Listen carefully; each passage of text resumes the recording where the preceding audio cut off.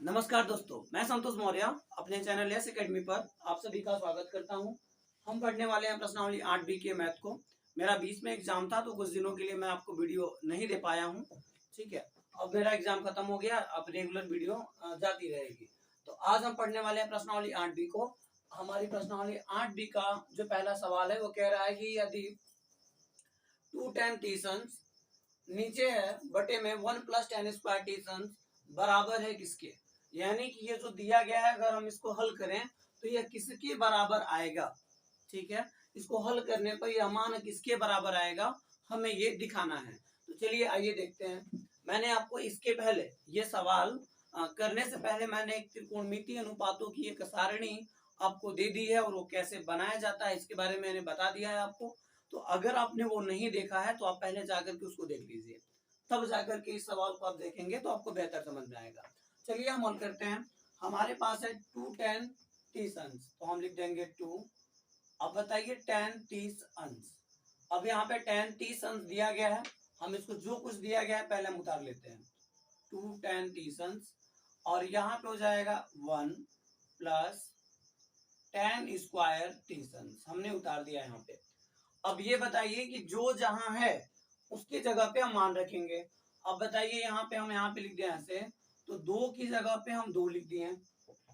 अब हमको पता है कि tan t sons, तो tan t sons का मान होता है 1/3। tan t sons का मान होता है 1/3, हम रख देंगे उसको। अब यहाँ पे हो जाएगा 1 दिया है हमने, 1 को लिख दिया। प्लस की जगह पे हम क्या लिख देंगे, प्लस लिख देंगे। और tan स्क्वायर t sons की जगह पे क्या लिखा जाएगा, 1/3 का स्क्वायर। क्यों, क्योंकि स्क्वायर दिया था। आगे देखिए कैसे हल होगा। अब यहाँ पे क्या करें हम, अगर देखें हम ओवरऑल तो 2 का गुणा 1 में हो जाएगा, तो 2/3, 2/3। अब यहाँ पे नीचे क्या हो जाएगा, 1 की जगह पे हम लिख देंगे 1। और देखिए प्लस की जगह पे क्या लिखा जाएगा, प्लस लिखा जाएगा। और 1 का अगर आप स्क्वायर करते हैं तो क्या आता है 1, और करनी में 3 का यदि आप स्क्वायर कर दें तो करनी हट जाती है, केवल बचेगा क्या, 3 बचेगा। ठीक है, केवल हमारा क्या बचेगा, यहाँ पे 3 बचेगा। तो आइए हम इसको ऊपर हल कर देते हैं। और यहाँ हमारा हो गया 2/3। अब बटे में ध्यान दीजिए, यहाँ पे देखिए इसके पास बटे है, इसके पास बटे नहीं है, तो इसका इसमें क्या करा देते हैं, हम गुणा करा देते हैं। तो 3 एकन्ने 3 हो जाएगा, 3 एकन्ने 3। अब प्लस में आ जाएगा 1, और यहाँ पे प्लस में आ जाएगा पूरे के बटे आ जाएगा 3, पूरे के बटे आ जाएगा 3।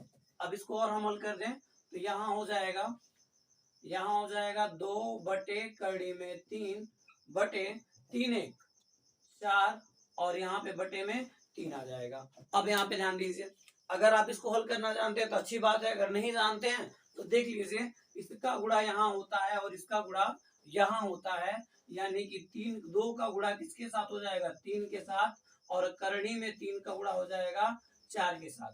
अब बताइए 2 एकन्ने 2, 2 दूनी 4, ये तो कट जाएगा।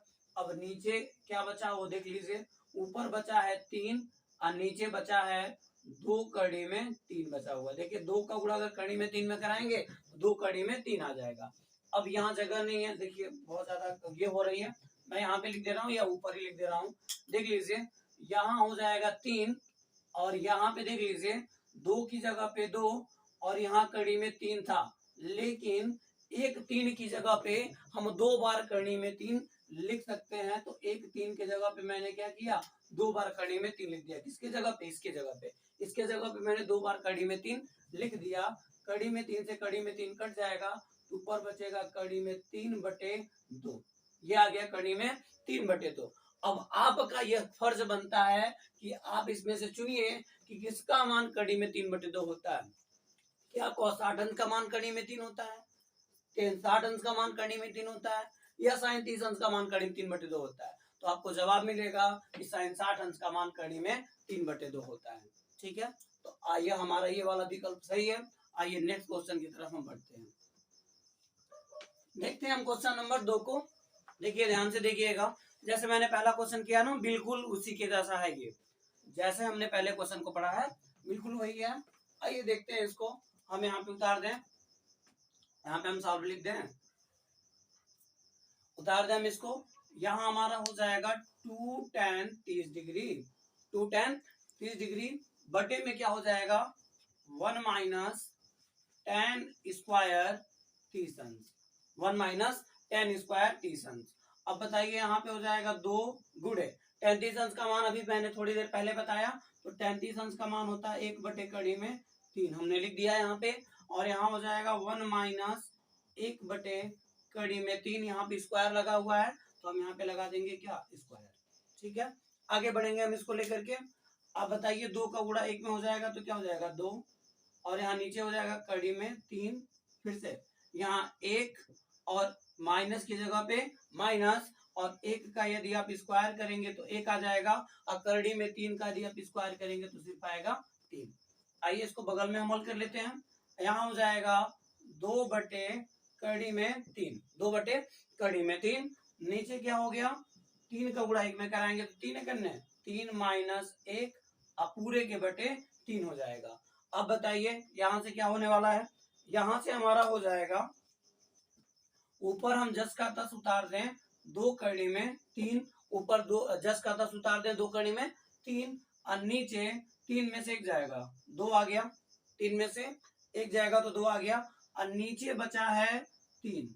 अगर आप नहीं जानते हैं मित्रों तो जान लीजिए एक शॉर्ट ट्रिक होती है कि दूसरा वाला जो पद होता है वह चौथे से कट जाता है, और जो पहला वाला पद होता है वो तीसरे से कट जाता है। तो दूसरा वाला अगर चौथे से कट रहा है तो हम उसको काट सकते हैं, तो आइए हम काट दें। हम देख रहे हैं कि 2 यहाँ भी है और 2 यहाँ भी है, यानी कि ये पहला पद है और ये तीसरा है, शायद कट जाएगा ये। अगर हम इसको प्रैक्टिकली दिखाएं तो देख लीजिए कैसे हो रहा है। अगर हम इसको प्रैक्टिकली दिखा देते हैं, देख लीजिए कैसे कट रहा है। तो बताइए 2 का गुणा 3 में होगा, 2 का गुणा 3 में होगा, करा दिए हम, और करड़ी में 3 का गुणा 2 में होगा। बताइए ध्यान दीजिए, ये तो जानते हैं ना, इसका गुणा यहाँ होता है और इसका गुणा यहाँ होता है, तो 2 का गुणा 3 में होगा और 3 का गुणा 2 में होगा। आप बताइए 2 से 2 कटा कि नहीं कटा, कट गया ना, यानी कि पहला वाला जो है तीसरे को काटता है और दूसरा वाला चौथे को काटता है। मैंने थोड़ा गलत बोल दिया, पहला वाला जो है क्या काटता है, पहला वाला काटता है तीसरे को और दूसरा वाला काटता है चौथे को। तो यहाँ पे कट गया, तो यहाँ पे हो जाएगा 3 बटे कड़ी में 3। अब यही काम होगा जो इसके पहले हुआ था, यहाँ हो जाएगा 3 को हम 3 को लिख सकते हैं 2 बार कड़ी में 3, और नीचे हम लिख देंगे 3 को, तो 3 से 3 कट जाएगा, केवल बचेगा हमारा कड़ी में 3। और आप बताइए कड़ी में 3 किसका मान होता है, तो कड़ी में 3 होता है मान केवल tan 60 अंश का। क्या होता है tan 60 अंश का, ये हमारा आंसर है, आप इसको नोट कर लीजिए। क्वेश्चन नंबर 3 को हम देखते हैं, क्वेश्चन नंबर 3 को भी उतार देंगे हम। यहाँ हो जाएगा 1 माइनस tan स्क्वायर 45 डिग्री बटे में हो जाएगा 1 प्लस tan स्क्वायर 45। tan 45 अंश का मान क्या होता है, 1 होता है, लिख दीजिए यहाँ 1 माइनस tan 45 अंश की जगह पे हम रखने वाले हैं क्या, tan 45 अंश का मान होता है 1, तो यहाँ पे हो जाएगा 1, और यहाँ पे दिया गया स्क्वायर तो हम इसका लगा देंगे स्क्वायर, बटे यहाँ पे हो जाएगा 1, और यहाँ पे हो जाएगा प्लस, और यहाँ tan स्क्वायर 45 अंश का मान क्या होता है 1 होता है, तो हम यहाँ भी 1 लगा देंगे। अब आगे हल कर लीजिए इसको, देख लीजिए 1 की जगह पे हमने 1 लिख दिया, माइनस की जगह पे हम यहाँ पे लिख देंगे माइनस, और 1 का स्क्वायर क्या होता है मित्रों, 1 का स्क्वायर भी होता है 1, लगा दिए हम, और यहाँ पे 1 की जगह पे 1 और 1 का स्क्वायर फिर से क्या आ जाएगा 1 आ जाएगा।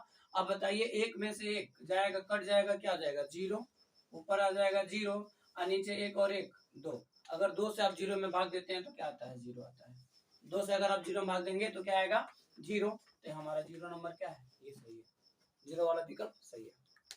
चलिए मित्रों क्वेश्चन नंबर हम 4 को देखते हैं, फटाफट से आ जाइए। क्वेश्चन नंबर 4 कह रहा है कि यदि sin 2a बराबर 2 sin a तब सत्य होता है जब a बराबर है।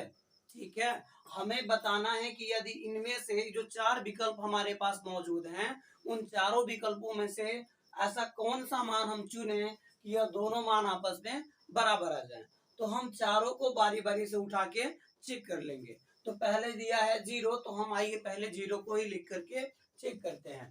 तो यहाँ हो जाएगा sin 2a, और a की जगह हमने थोड़े समय के लिए क्या मान लिया है 0, हमने पहला विकल्प को मान लिया है कि चलिए क्या पता देख लेते हैं, क्या पता जीरो पर ही दोनों मान बराबर आ जाएं। तो हमने कुछ समय के लिए ए के मान को क्या मान लिया, जीरो। तो यहाँ पे 2 और ए की जगह पे यहाँ पे क्या हो जाएगा 0 डिग्री बराबर 2 की जगह 2 और साइन और ए की जगह पे हो जाएगा 0 डिग्री। अब बताइए यहाँ पे साइन, अगर 2 का गुणा अगर हम 0 डिग्री में करा दें तो यह हो जाएगा साइन 0 डिग्री और यहाँ पे 2 और साइन 0 अंश का मान रखिए तो साइन 0 अंश का मान होता है 0। आगे देख लेते हैं मित्रों, यहाँ पे साइन 0 अंश का मान क्या हो जाएगा, साइन 0 अंश का मान हो जाएगा 0 और 2 का गुणा आप 0 में करा देंगे तो ये भी 0। आप देख सकते हैं कि दोनों पक्ष हमारे क्या आ गए, बराबर आ गए।